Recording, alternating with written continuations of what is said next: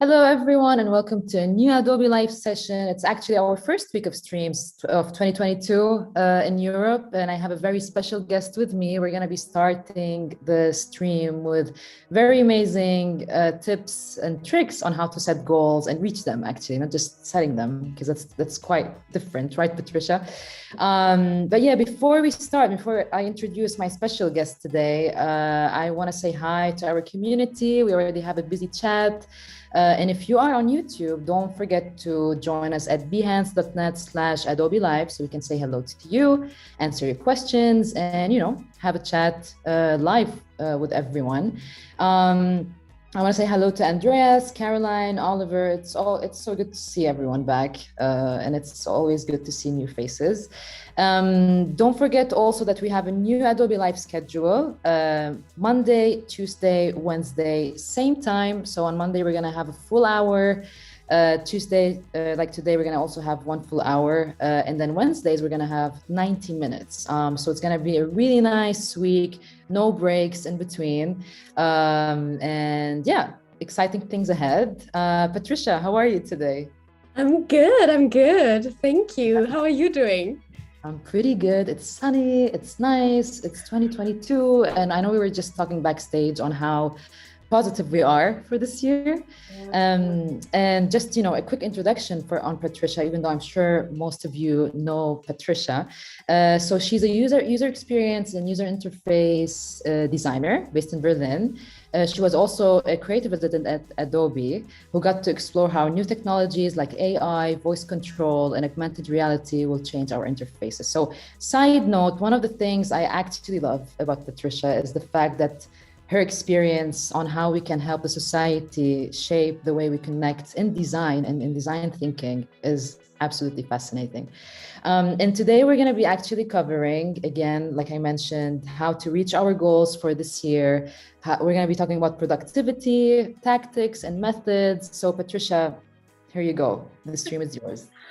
Thank you so much for the nice introduction. I'm super happy to be here and really looking forward to the next hour with all of you. So everyone who's joining already, welcome also from my side. So nice that you're here. The hour will be hopefully very helpful and interesting for you because I will share a lot of tips and tricks and tools and methods to really kickstart this year. I'm pretty sure this year will be amazing. We already said it, and we have everything ahead of us, so we can do what we want with this year, right? So, let's kickstart it right. For everyone who doesn't know me and want to just check out what I am doing, or wants to see a few of my projects, you can just click on my Behance profile and check out a few things that I'm working on. Mostly are in the intersection between, I would say, augmented reality, so AR, anything beyond the screen, and user experience design. My background is actually graphic design.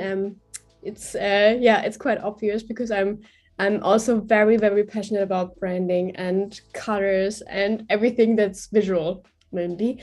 So feel free to check that out, or if you want to connect, you can find me on Instagram. There I am actually pretty active. I am sharing a lot of things there from my daily life as a creative person in Berlin, and also things that are going on in the UX industry, a few books, so anything that's interesting. And I'm also very happy to connect. If you have questions, you can always shoot me a message, and I'm happy to help. Cool. Okay.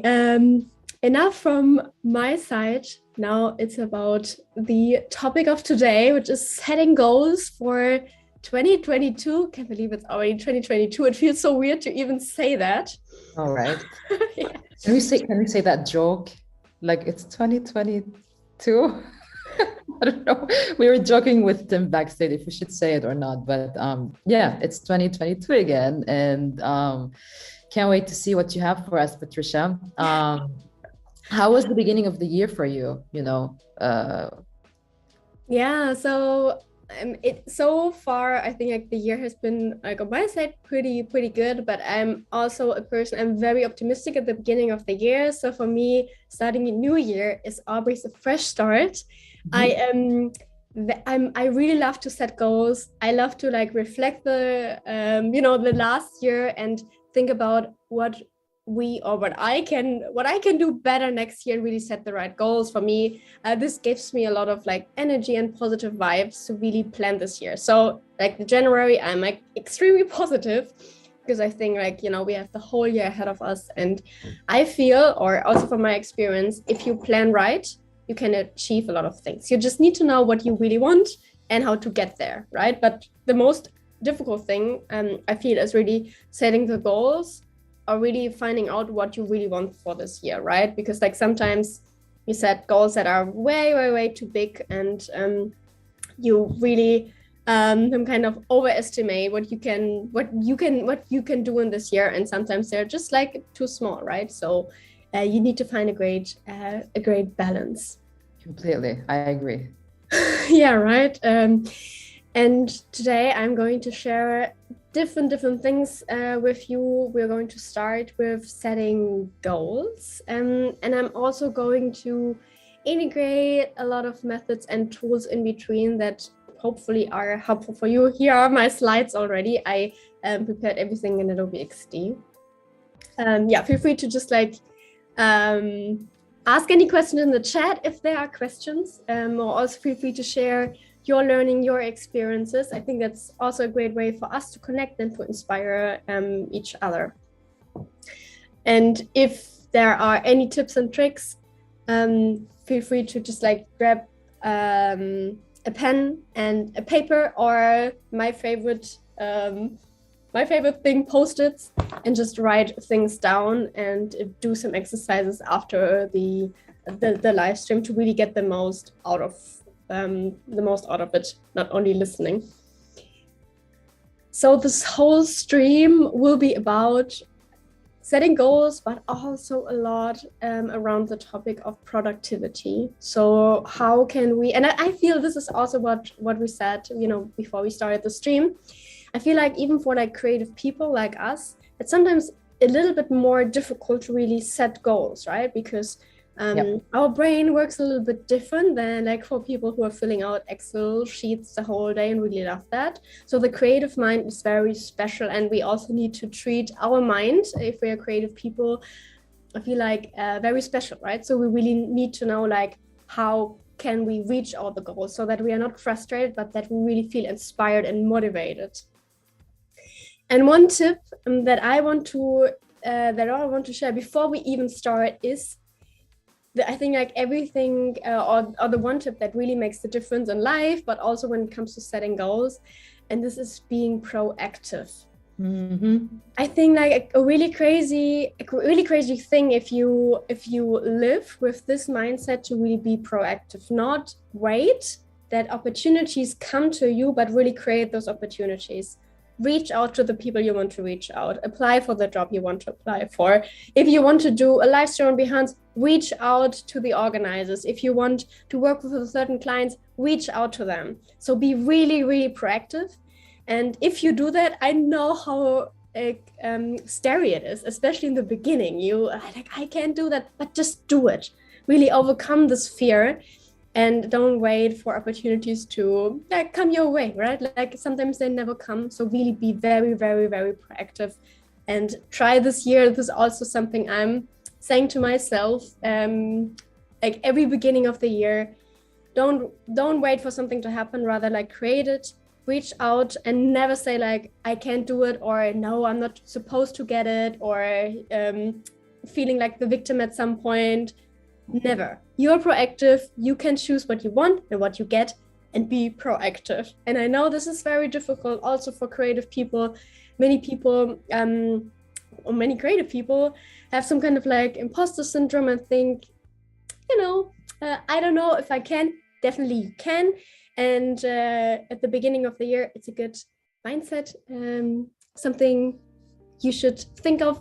Write it somewhere on your, on a post-it, stick it on your screen, and have that as an inspiration in like for you to think about it each day. If you don't know what to do, be very proactive, just do it, just try it out. Amazing, mega advice. I have to say, the best way to start the stream. I'm a true believer in this one, and especially writing it down. Yeah. It's really worth it. So I really hope the community is listening today, and they're gonna go ahead and do that.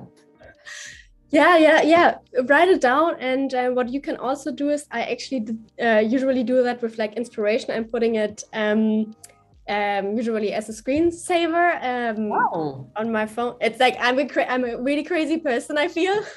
I love this. But proactive. It's like, be proactive, and each time you see it, you are like, I'm a proactive person now, right? Like, I'm doing this now. I'm not waiting for it. I'm doing it now. And this really helps also like your brain to think different. Yes. So first tip.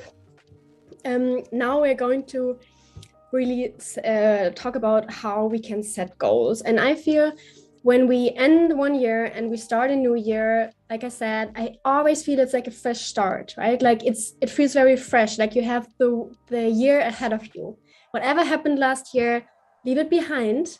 Now you can start fresh and new, and with new energy and setting new goals. I know there are people who think, you can always start new. You totally can. So also setting goals is not something that you should do at the beginning of January, but I feel now is a good time. Like for me, it always feels like this new beginning. And I know that many people actually agree on that. You can also share in the chat if you are a believer of, like setting goals for the year in January, or if you're someone who thinks it's actually better to do that in between the years, or whenever you want. I'm actually very curious to see how you see that. So I'm the person who really thinks setting goals for the year is the best. That really works for me. And I'm usually doing it like that. So I have those 5 categories. You can also choose more, but those are the ones that are, for me, especially important, and like for me, that I'm happy and a healthy person. There are the 5 categories: creativity, environment, work, relationships, and health. And what I usually do is I do that between Christmas and New Year's Eve. I really think about how is like the creativity, or where am I living a creative life, or where do I really feel the creative spirit in my life right now? How is that going? The same with environment. Like, do I like the city I'm living right now? Do I like the apartment? Do I like my neighborhood? How is that? How do I, am I happy with this? Mm-hmm. Same with work, relationships, and also health. To really do some kind of like a check-in with yourself and really think about, how is that for me right now? Like, what is missing? Can also write that down. I usually take a notebook for it, so I can track it over the year, which is really nice. Or you can do it in like your notes app or Notion or wherever you want. But what is really important is that you rate your current status. Could look like this, for example. If you think creativity, I'm still like living a creative, I'm working as a creative person, it's great, but I feel like besides that, I'm not doing a lot of personal projects. Definitely could be better, right? So I definitely need to improve something. For environment, maybe you realize I actually don't really like the city I'm living in, right? Because I'm doing home office the whole time, and I feel like I'm only at home. I can't do anything. I would rather live somewhere in the countryside. I'm living in the city and I'm not really enjoying it at all. this is not what I want. And then you go on, really think about what you want, what you really desire. And I also, for me, this is mostly the most important, but also difficult part, where you really check in and think what kind of life you want to live, and where are you right now, which is sometimes really hard when you realize I don't really like the city I'm living in.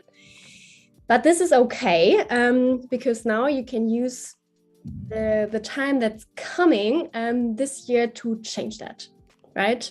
Yeah, it's a big impact, I have to say. It really impacts your creativity and how you work. And in fact, Oliver in the chat mentioned that one of his goals for this year is to get out into nature more often.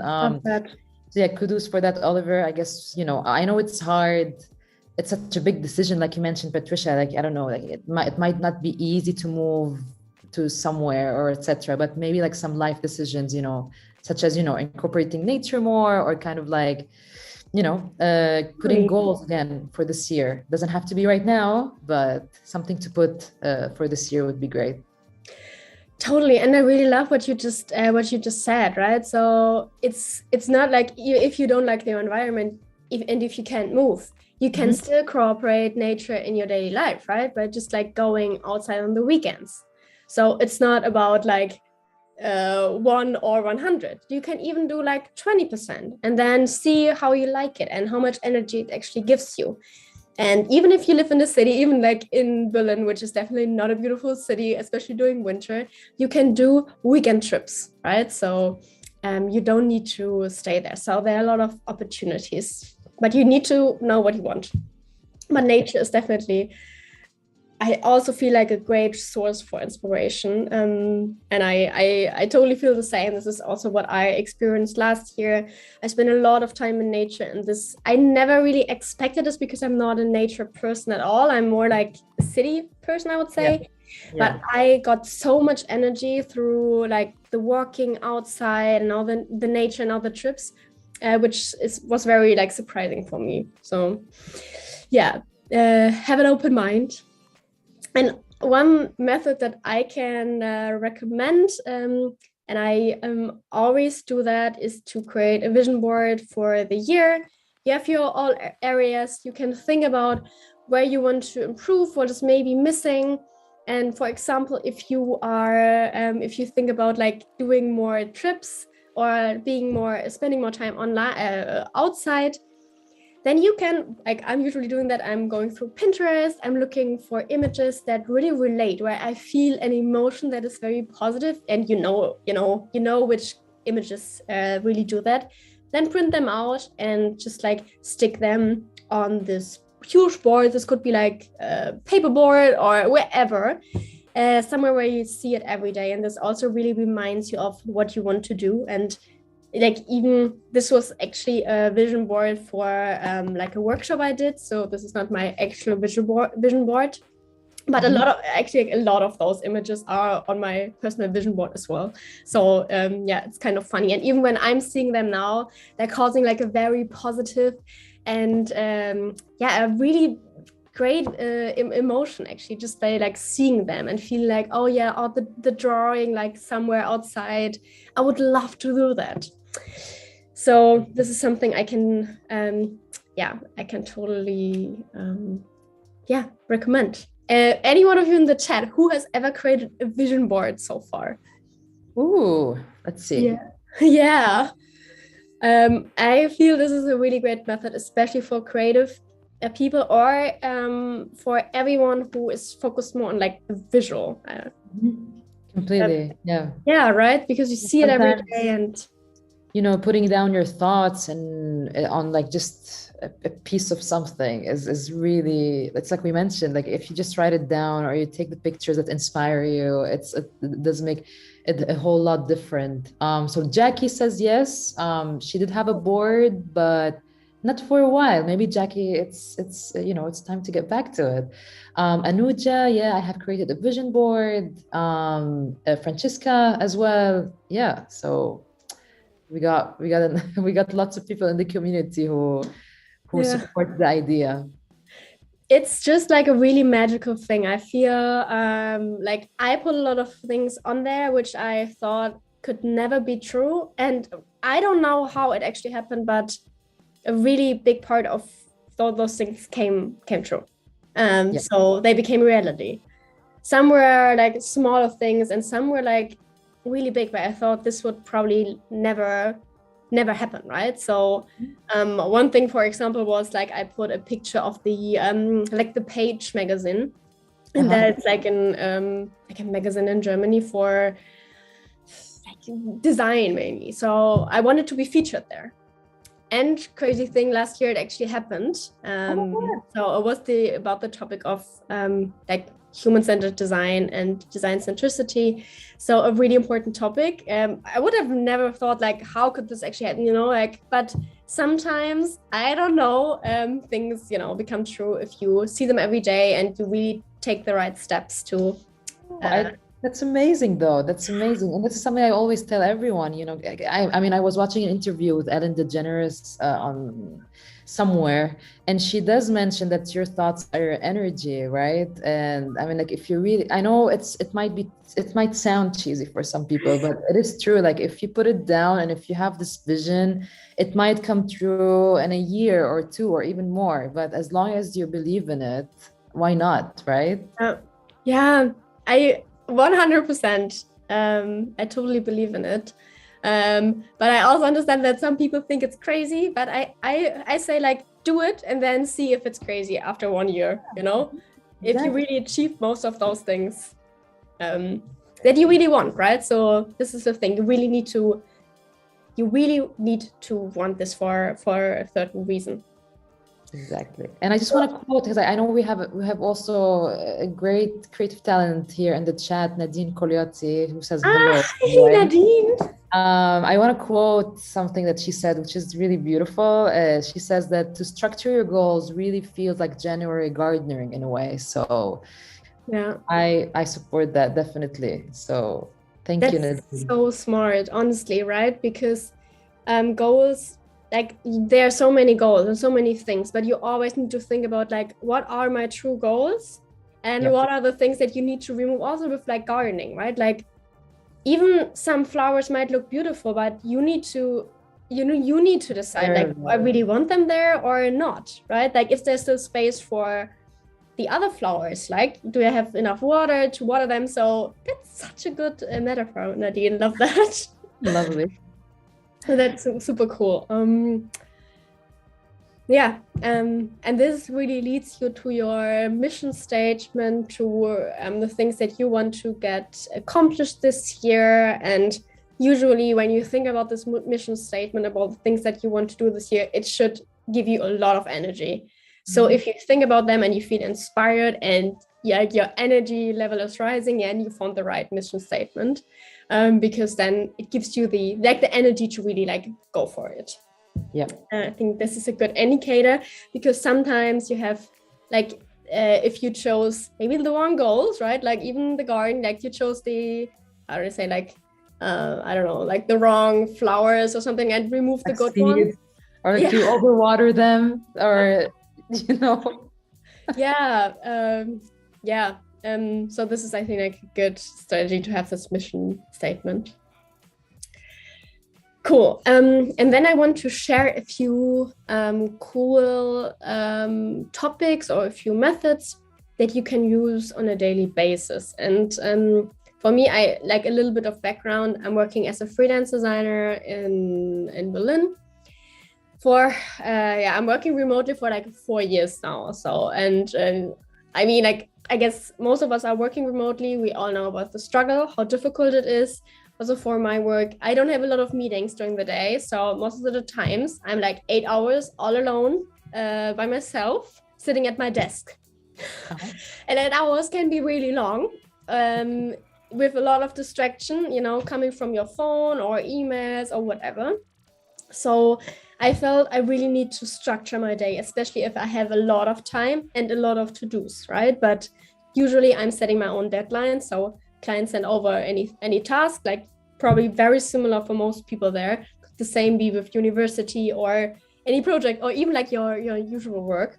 You need to set your own deadlines. So I started with focus sprints on a daily basis. Best thing this is like the best thing and really makes the difference for me. I usually start the day with one focus sprint.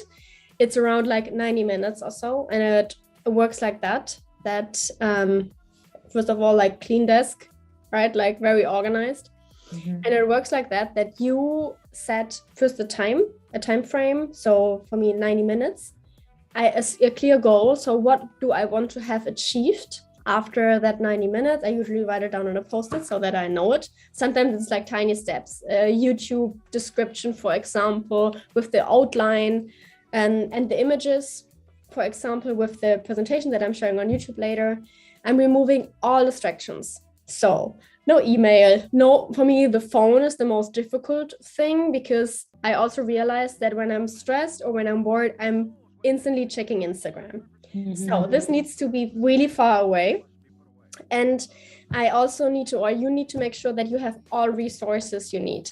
So that you have a coffee there, that you have something to drink, that you have a paper, a pen, everything you need, so that you don't need to get up during that time, because then like there are so many distractions haunting you when you're getting up or looking for something, right? So everything you need, all the resources, bring them all together and then really work.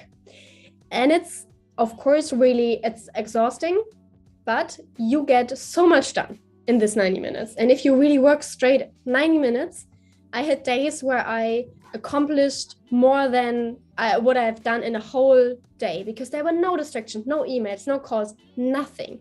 And creative person, like you need to really get in the flow, and then you get like the good ideas, and then everything happens automatically and the time flies by and it's a lot of fun.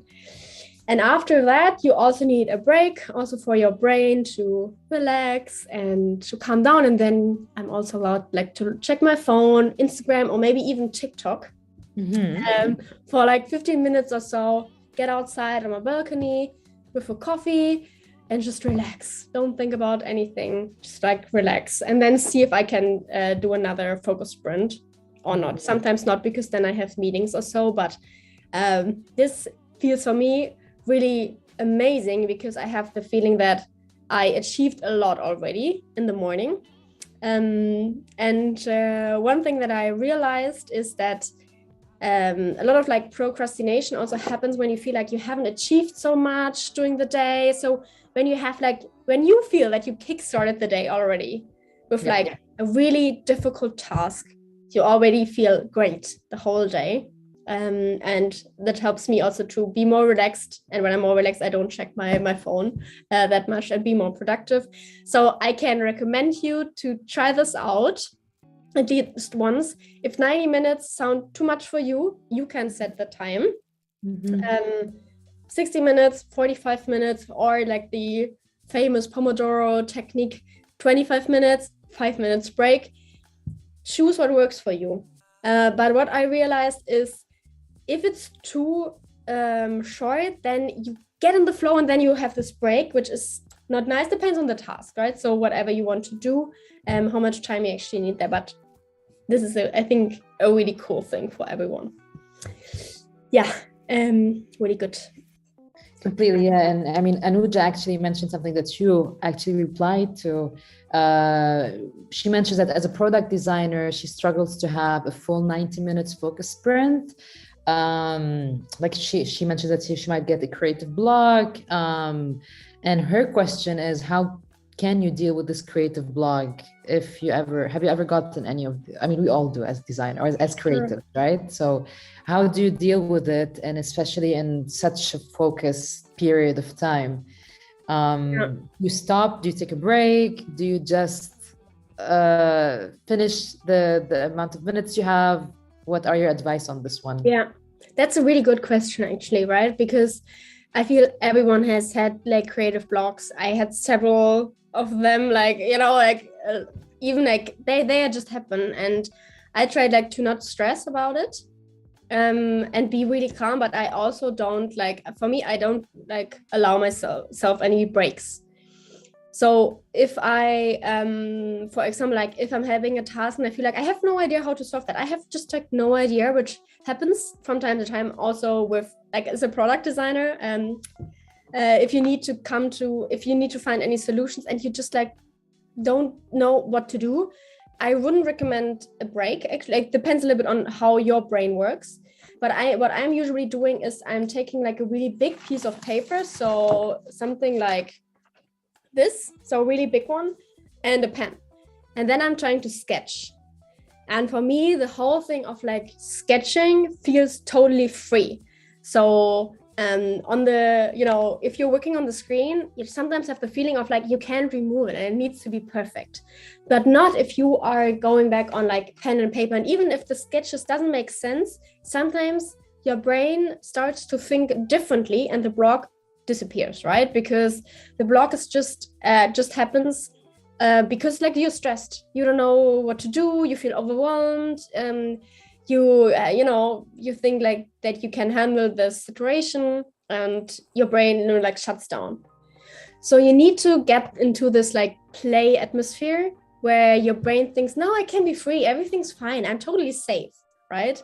But I try to not like remove myself from the situation, because otherwise like I would think I can't handle the block, I need a break, right? So but I also, like, everyone needs to learn like a block is totally normal.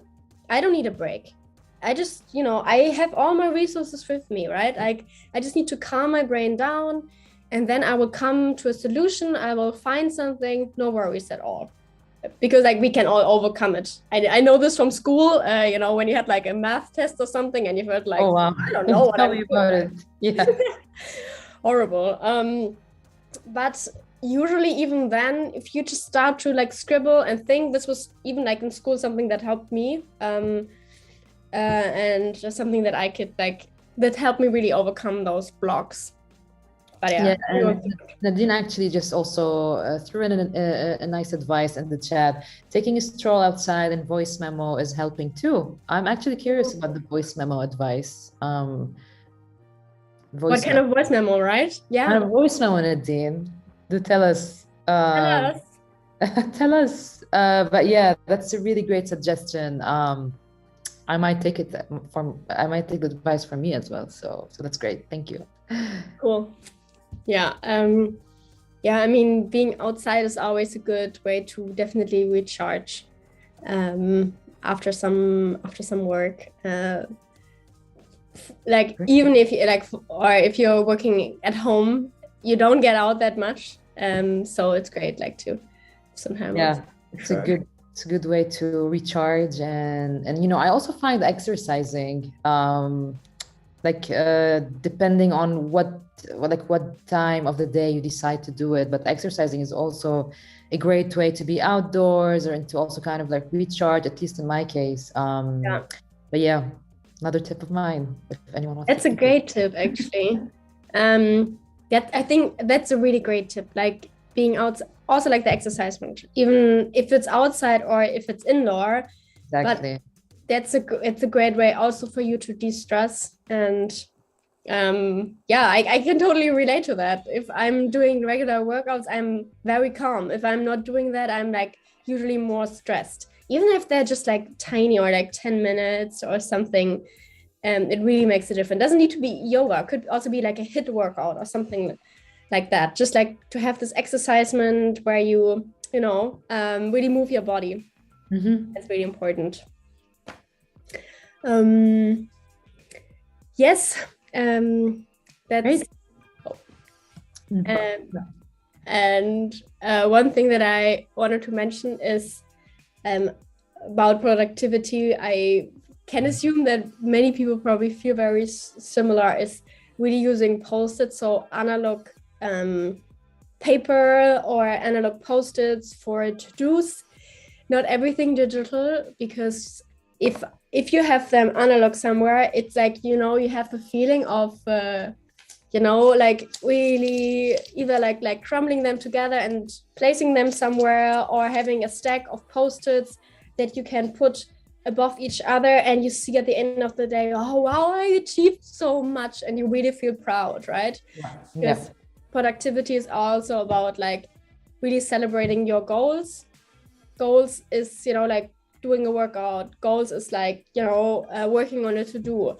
Goal is like coming over a creative block, and really like working on your to-dos and on your tasks. So I think this is something like I can recommend, because for me it's the best to work analog, but I know there are also people to like to use like the Notes app or Notion or Evernote or something like that. Yeah, and going back to Nadine's voice memo comment, she mentions that sometimes it's hard to write down while you're walking or exercising or whatever you're doing. So she takes actually like she records voice notes of her thoughts, and yeah, that's a really nice tip. Thank you, Nadine. And I thought no one would mention that, but we have Jose here also mentioning food. Food is also a nice way to unlock your creative vlog. Like he mentioned that he unlocks himself with physical activity and cooking healthy food and having good wine. Good one. That's a good one. Yeah. Probably hopefully not during work times, but I mean whatever. Yeah, if it works. We're not supporting the idea of drinking and working, but definitely after work, wine does sound like a great way to unwind yourself. Yeah, and it actually leads to a good point, right? Because food and also hydration. Most people actually tend to drink not enough. I mean, we drink a lot of coffee, right? But not enough water. So we are constantly dehydrated, and our brain really needs that, especially when we think a lot. So drinking a lot, also tea or water, is very important on a work time. And this can also cause headache or also like creative blocks if you're missing, if you need hydration. So it's also an important thing. Fresh air as well, right? Like opening a window and all those things. Really basic things that we can tend to forget, but really make a difference. Like always have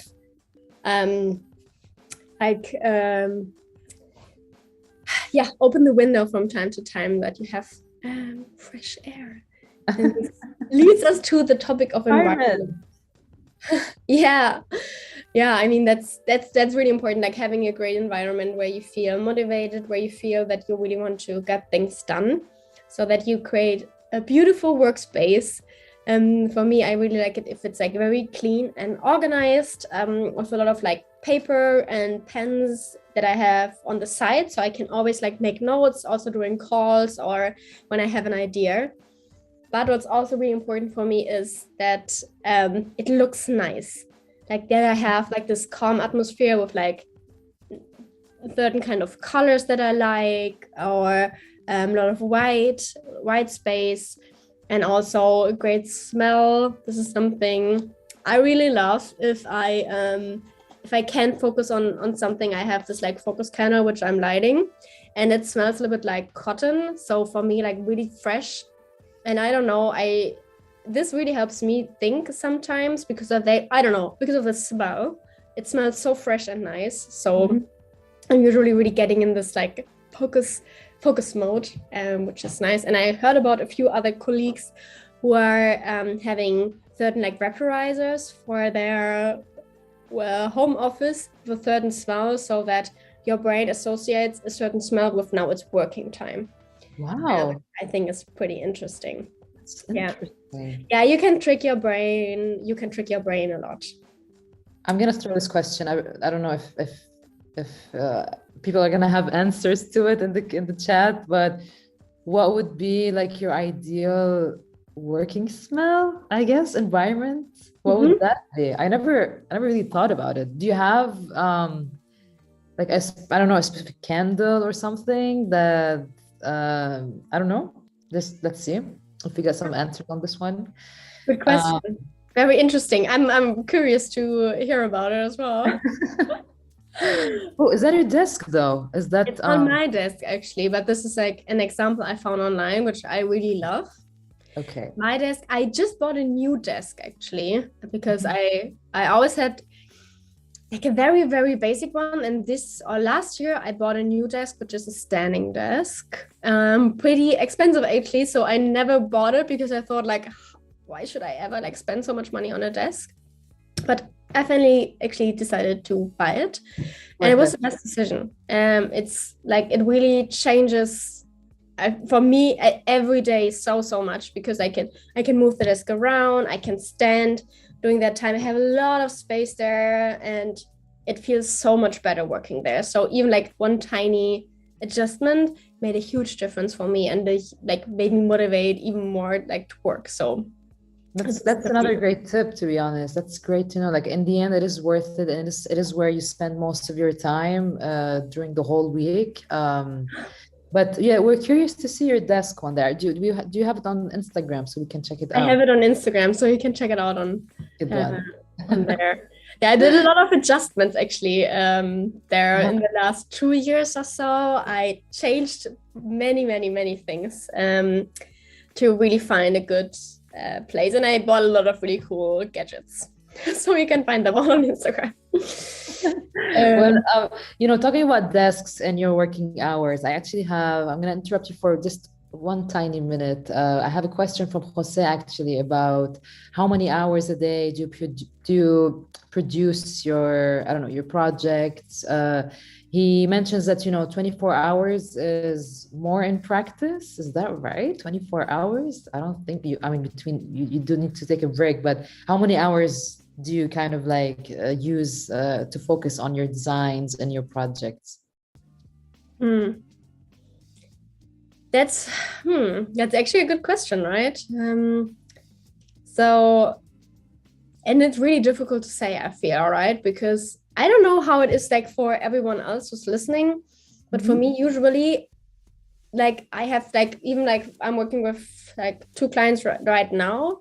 Like one client is like my major client I'm working with, and with them it's like there are tasks, but I'm I'm just like starting them whenever I think I'm ready, and I'm like I can decide what I'm doing each day. So like actually like the worst for creative people, because then they're working basically the whole day and never find like a time where I think like now it's enough. But for me, I feel that like really the creative and really focus on work, I can't do this longer than 5 hours. 3 hours for me, my brain, how it works, needs to be more like repetitive task where I'm need like any even creative or like repetitive work, but couldn't be too much about like problem solving, which I'm mostly doing. I definitely need longer breaks in between, or need to stop at some point. Good. Thank you for letting us know. And I'm actually, I want to say thank you, Tim, for getting back to my working smell question. So to him, his favorite smells are the fear of his enemies. Good one. The fresh air after you spend a while with the windows closed, and the smell of plants after it's rained. I love that. I love that as well. Thank you, Tim. It's nice. Yeah, smell really makes a huge difference. Also for a space. I think, yeah, I really love that. Great. So we have the question, when? And this actually relates to a book I read. I'm going to share a few books later, like at the end of the stream. But I actually once read this book. It's called When. And this was really mind-blowing for me, because the whole book is about analyzing how your brain works. And what's really interesting is like as a normal person, like you have different times where your brain is more capable of doing certain things. For example, I realized that the best time where I'm focused the most, or this is like very similar for most people, is the morning. So the time from when I'm like sitting in my desk until lunch. This is the time where I'm most productive, where more things happen, and where I get all my to-dos actually done. Then the time between lunch and actually between like late afternoon is the time also for most people where there's like the low concentration. Is really low. You can't be really creative, no problem solving skills. And like it goes a little bit up at the evening. Yeah. So this book actually recommends problem-solving tasks in the morning, then repetitive tasks, analytical tasks where you don't need to do any brain work, and then the creative task late afternoon. Works pretty well for me. So I'm usually trying, if it's possible, to structure my day more like that. So I can't do any like problem-solving skills after lunch. It doesn't work that well, only in the morning. But I know that for people who are a little bit like the late birds or the owls, it's a little bit different. So this is more like for morning persons. Yeah, it could be sometimes very subjective, right? But yeah, thanks for the book mention. Would like to check it out. We'll write it down in the chat as well for people. If they're interested, they can take a look. Great. And then the next question is where? And this is something I also read in a book that I'm going to share more about it later. Where is like, this is, I think, like pretty interesting because I learned in this book, where is it actually? Yes. I'm going to share all the books later again, Atomic Habits, that you can also like connect certain locations to certain actions. I found this super interesting when I was talking to a friend. She's a lawyer. So and we met actually when she studied. So she was like studying for her exams, or like, I don't know how you actually call it in English, but they have a lot of like crazy things, you know, like crazy exams they need to pass with like a really good grade. Maybe anyone in the chat knows how you call it. And I was like, how do you do that? Like sitting there and like studying like 9-10 hours a day and really be in the flow. And because she said like, I'm never I never would think about like looking on my phone during that time. I'm totally in the flow. And this was so fascinating for me to hear that, because like, how can you do it? And she said that when she sits on her desk, when she sits on her like chair and at her desk, she's in the working mode. This is a place for total focus and work. She doesn't do anything else there. No food, no Instagram, nothing, only work. And then I actually read the same tactic in this book, that you can connect certain places with certain habits or certain like things that you want to do. For example, if you have a certain area on your sofa where you only read books, you don't watch Netflix, you don't eat there, you only read books. And then your brain pretty easily understands, oh, now it's like, you know, this is the place where we read. Now, you know, grab a book now. Or this is the place where we work. No, focus. And so you can trick your brain into that. So I think this is so mind-blowing if you know that. So really think about what are the places where you want to do them and connect them with a certain habit, with a certain action. Yeah, that's very interesting, especially like, you know, because sorry, my words got mixed up here. Like, you know, the habit of checking your phone before you go to sleep, because, you know, you have to train your brain to you know, basically tell your brain that, okay, the bed is to sleep and not to watch TV or etc. I mean, I have to say it took me a while to give up the TV in my room, because I'd like to watch TV before I sleep. And that made a huge difference. So definitely I'm with the idea of associating a specific space to work and a specific space to read, etc. Not easy, like, you know, kicking your TV out of your bedroom, I can imagine. But yeah, great that you've done it, right? I know. My you can be proud.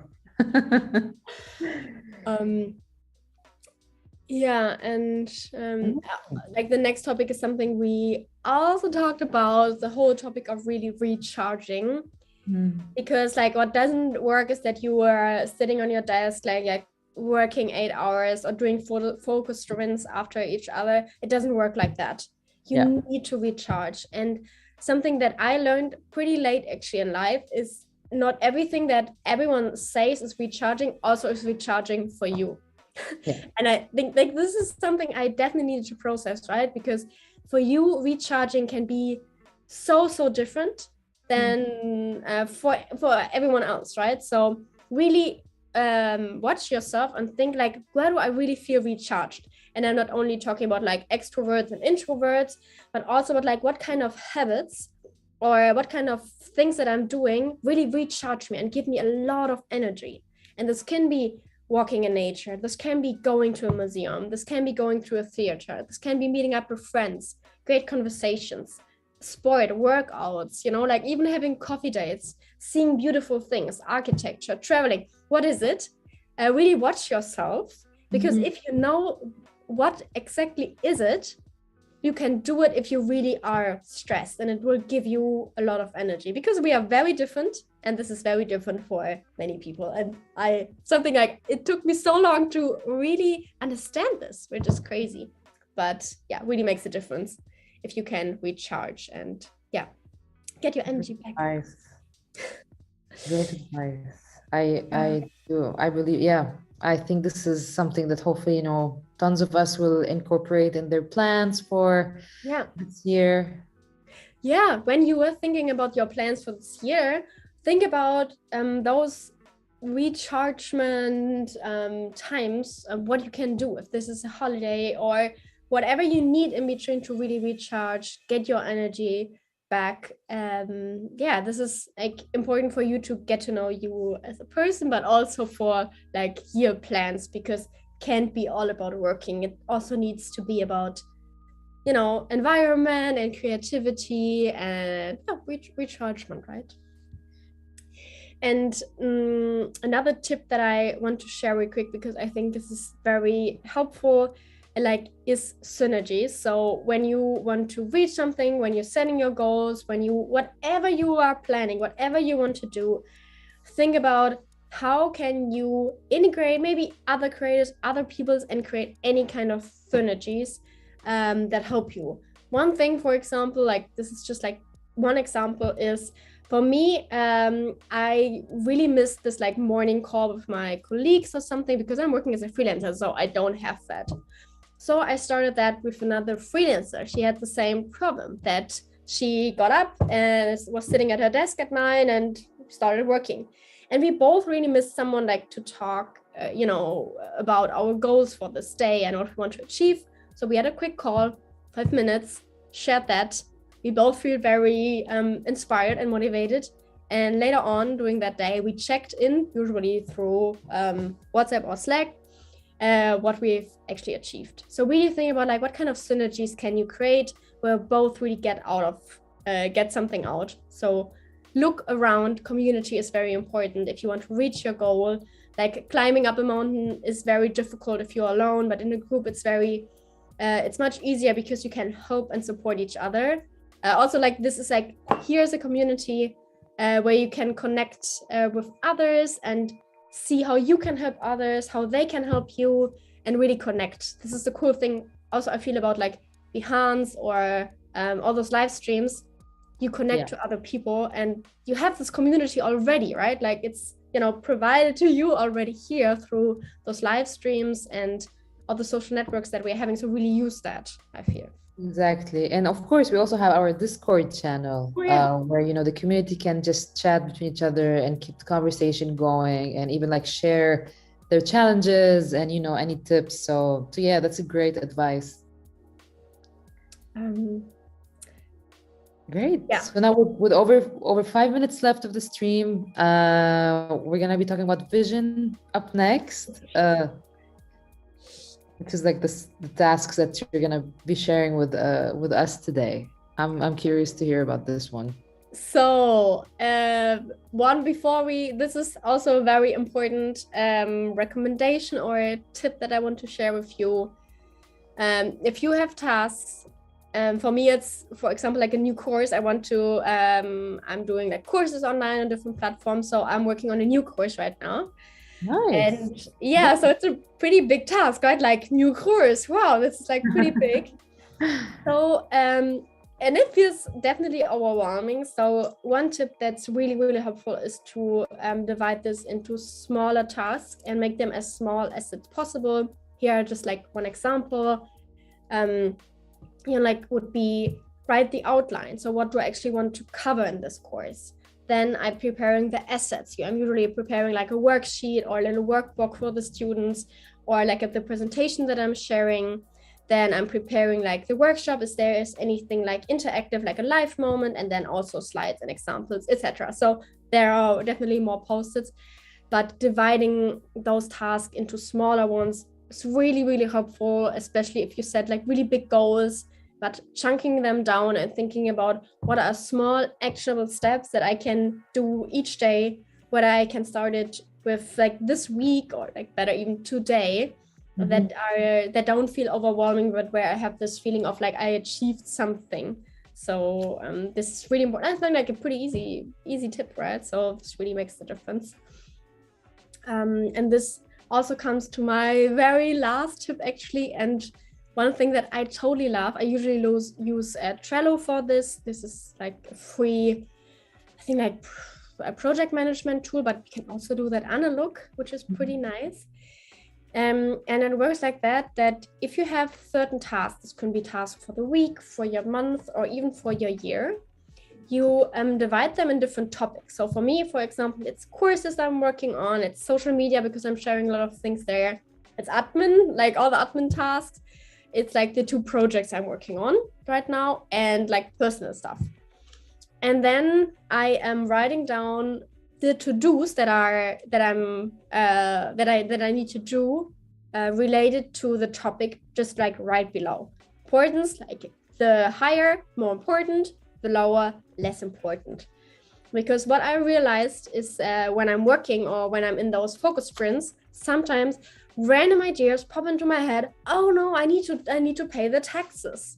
And then I'm totally stressed in that focus sprint or even doing work. And I think about like, I have this one to do. So I'm just like writing it down on a post-it and I'm placing it there. And from that moment on, those things don't come into my mind because I wrote it down. It's already saved there. I check it like each day or every several days and see what I need to do. And I don't have this like stress moments ever of like, oh, I need to do this. If I have that, I write it down and it's okay.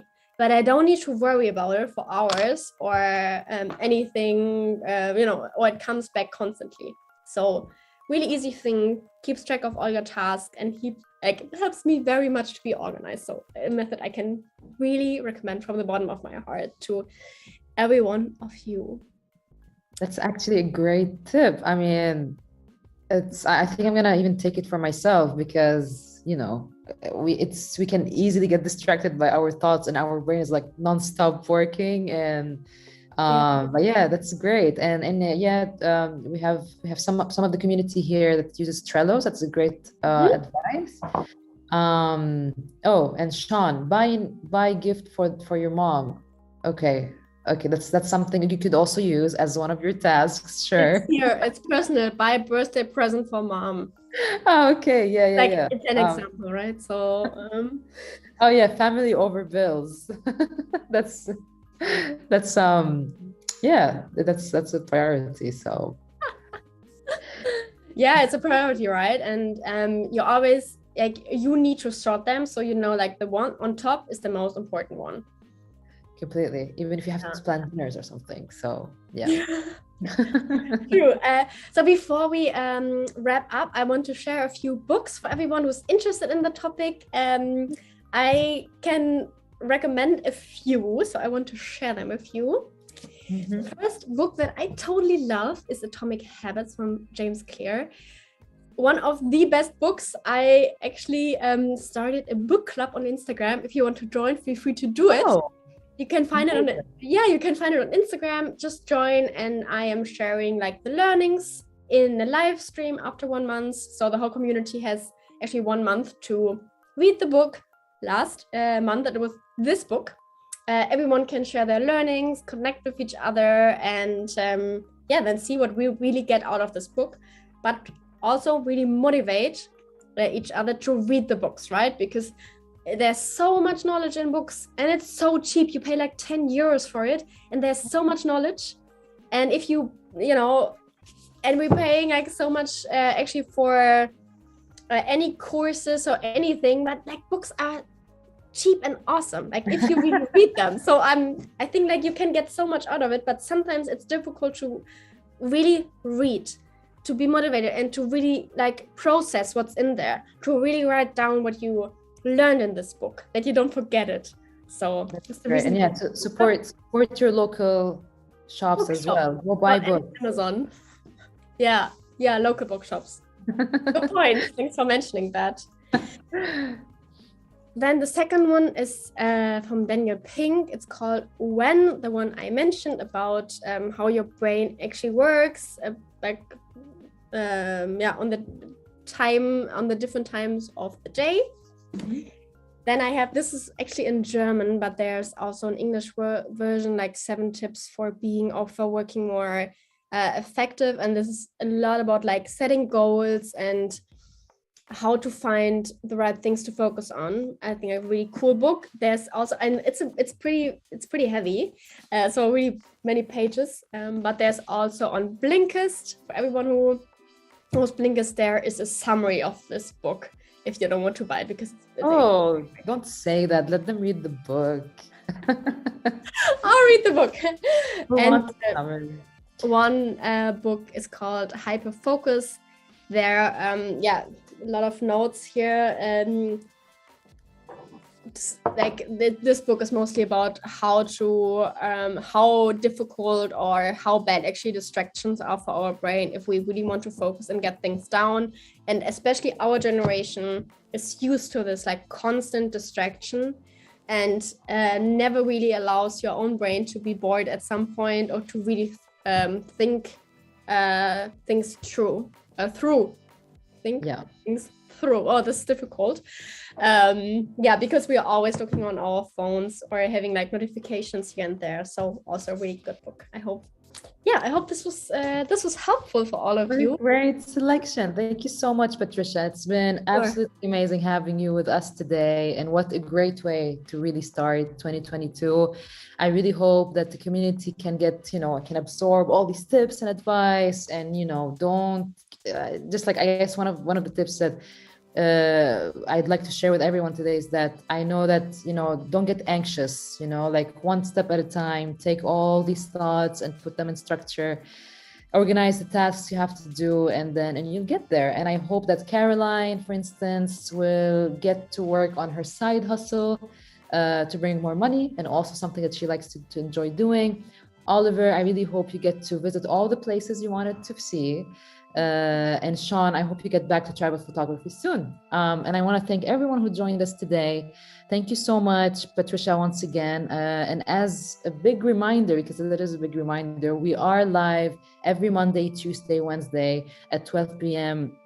UK time.